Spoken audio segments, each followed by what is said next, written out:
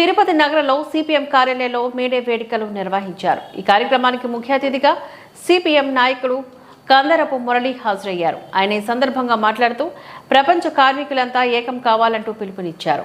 కార్మికులకు 8 గంటలు పని కల్పించాలంటూ డిమాండ్ చేశారు. కార్మికులారా మీరు ఏకం కాండి, వర్ధిల్లాలి కార్మికుల ఐక్యత, వర్ధిల్లాలి కార్మికుల ఐక్యత, రద్దు చేయాలి లేబర్ కోడ్లను, రద్దు చేయాలి 4 లేబర్ కోడ్లను రద్దు చేయాలి.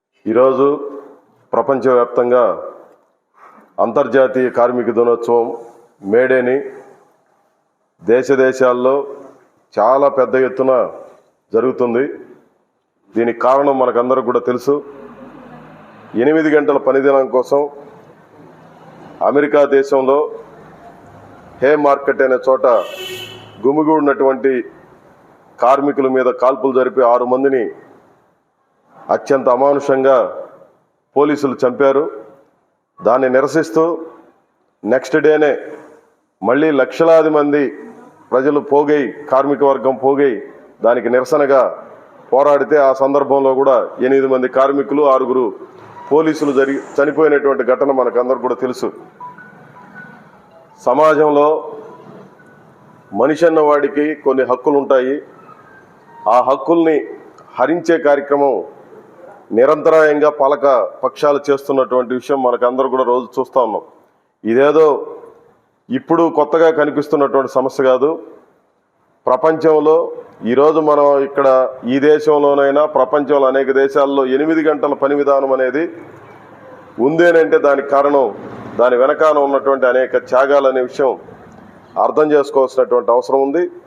ఆ త్యాగాల్ని స్మరించుకుంటూ, అందుకనే చాలామందికి అర్థం కాదు ఏమంటే మేడేని పండుగ అనుకుంటారు, రంగులు చల్లుకుంటారు, లేదా అది ఒక సంబరాలు జరుపుకునే కార్యక్రమం అనుకుంటారు. సంబరాలకి ప్రతీక మేడే కాదు, పండుగ కాదు, అదొక దీక్షా దినం, ప్రతిజ్ఞా దినం, హక్కులను కాపాడుకోవడం కోసం పోరాడాల్సిన దినం అని చెప్పే స్పిరిట్తో దీన్ని మనం నిర్వహిస్తూ ఉంటాం. మేడేనంటే దాని వెనక అనేక మంది త్యాగాలు ఉన్నాయి, ప్రాణత్యాగాలు ఉన్నాయి, బలిదానాలు ఉన్నాయి అనే విషయాన్ని మనం ఈ సందర్భంలో దృష్టిలో పెట్టుకోవాలి. దురదృష్టం ఏంటంటే దేశంలో ఈరోజు అట్లాంటి పరిస్థితి వచ్చింది. అనేక పోరాటాల ఫలితంగా సాధించుకున్నటువంటి 8 గంటల పని విధానం అనేది బీజేపీ అధికారంలోకి వచ్చిన తర్వాత లేబర్ కోడ్ల పేరుతో చట్టాలు, కార్మిక చట్టాలన్నింటినీ కూడా రద్దు చేసి 8 గంటల పని విధానాన్ని ఈరోజు ఎత్తేసి మహిళలు రాత్రిలో పనిచేయాలి, 12 గంటలు పనిచేయాలి, 10 గంటలు పనిచేయాలి, ఒక నిరంతర కార్యక్రమంగా మారిపోయింది. ఆఖరికి ప్రభుత్వ సంస్థల్లో కూడా 8 గంటల పని విధానం అమలు కాని దౌర్భాగ్యకరమైనటువంటి పరిస్థితి ఈరోజు ఏర్పడిందంటే దానికి కారణం పాలకులు అనుసరిస్తున్నటువంటి విధానాలు. ముఖ్యంగా ఈరోజు దేశంలో కేంద్రంలో బీజేపీ అధికారంలోకి వచ్చిన తర్వాత అనేక హక్కుల్ని కాలరా చేస్తున్నారు.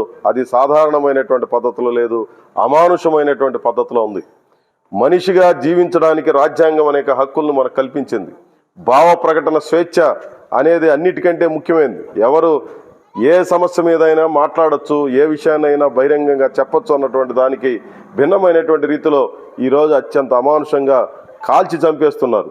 దుర్మార్గంగా ఏ తప్పు చేయనటువంటి వాళ్ళని కేసుల్లో పెట్టి, జైళ్లలో పెట్టి ఏళ్ల తరబడి ఇబ్బంది పెడుతున్నటువంటిది చూస్తున్నాం. వాళ్ళ వయసుతో కూడా నిమిత్తం లేదు, వృద్ధులన్న కనికరం కూడా లేకుండా చాలా అమానుషమైనటువంటి పద్ధతుల్లో ఈరోజు వ్యవహరిస్తున్నారు. ఇదొక్కటే కాదు, మతం పేరుతో, కులం పేరుతో, భాష పేరుతో, ప్రాంతం పేరుతో జనాల్ని విడదీసి చీలికలు పెట్టి గొడవలు సృష్టించి స్వయంగా ప్రధానంతటోడే మతం గురించి మాట్లాడుతూ ఫలానా మతం ఇట్లా నష్టం చేస్తుందని చెప్పి మతాలు గురించి మాట్లాడుతూ 140 కోట్ల మంది ఉన్నటువంటి ఈ దేశంలో ఈరోజు మత చిచ్చు పెట్టడానికి బీజేపీ తీవ్రమైనటువంటి ప్రయత్నం చేసింది. రాజ్యాంగం ఈరోజు వైవిధ్యమైనటువంటి భారతదేశంలో రాజ్యాంగం అనేది మనకందరికీ ఒక రక్ష. అట్లాంటి రాజ్యాంగాన్ని మార్చాలని చెప్పి, అది పనికిరాదని చెప్పి ఈరోజు తీవ్రమైనటువంటి ప్రయత్నం చేస్తూ ఉన్నారు. అధ్యక్ష తరహా పరిపాలన తీసుకొని వెళ్ళిపోవాలని చెప్పి ప్రయత్నం జరుగుతుంది. అంటే ప్రజాస్వామ్య హక్కుల్ని హరించే కార్యక్రమం చాలా పెద్ద ఎత్తున జరుగుతుంది. రైతులు, కార్మికులు, మహిళలు లేదా వ్యవసాయ కూలీలు, వీళ్ళు వాళ్ళని తేడా లేదు. ఈ దేశంలో ఉన్నటువంటి కష్టజీవులందరూ తీవ్రమైనటువంటి ఇబ్బందులకు గురవుతున్నటువంటి పరిస్థితిని మనం గత 10 ఏళ్లలో చూసాం. అట్లాంటి బీజేపీని ఈ రాష్ట్రంలో వైసీపీ తెలుగుదేశం పార్టీలు నెత్తినెత్తుకొని ఊరేగుతున్నటువంటి నేపథ్యంలో మనము ఈ మేడే ఒక కీలకమైనటువంటిది. ఈ దేశాన్ని అంధకార బంధురంలోకి తోసేయడమా లేదంటే కాపాడుకోవడమా అని చెప్పి మన సిఐటియు చర్చించింది. సిఐటియు ఇచ్చినటువంటి పిలుపు ఏంటంటే ఈ మేడేకు ఒక ప్రత్యేకత ఉంది ఈ దేశంలో. ఈ మేడేకు ఉన్నటువంటి ప్రత్యేకత ఏమనంటే ఎన్నికలు జరుగుతున్నాయి. 97 కోట్ల మంది ప్రజలు ఓటింగ్లో పాల్గొంటున్నటువంటి దేశం మరొక దేశం ప్రపంచంలో ఎక్కడా లేదు. ఇది ఒక అత్యున్నతమైనటువంటి ప్రజాస్వామ్య ప్రక్రియకి ఈ దేశం కీలకంగా ఉందని చెప్పి గుర్తు చేస్తూ ఈ నేపథ్యంలో ఓటర్లందరూ కూడా ఈ ఎన్నికల్లో బీజేపీని ఓడించడానికి, బీజేపీకి మద్దతుగా నిలబడే పార్టీలను కానీ బీజేపీ అనుకూలమైనటువంటి మిత్రులుగా ఉన్నటువంటి వాళ్ళని ఓడించే కార్యక్రమానికి ఈ మేడే పిలుపునివ్వాలి. ఎన్నికల ప్రణాళికలో అదొక సూచనగా మనకు సిఐటియు సూచించింది.